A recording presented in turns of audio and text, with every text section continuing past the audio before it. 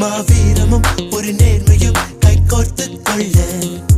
அகராதியோ அதை ராகவன் என அர்த்தம் சொல்ல அதிகாரமோ ஆர்ப்பாட்டமோ இவன் பேச்சில் இல்லை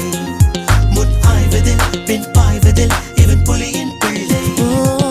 காக்கியின் சட்டைக்கும் உண்டு நல் கருப்புகள் என்று காட்டிய தந்தவன் தானே இரு கைகளை குலுக்கிடுமானே ஒரு திரியும் நெருப்பும் காதல் கொண்டால் தோன்றும் தோற்றம்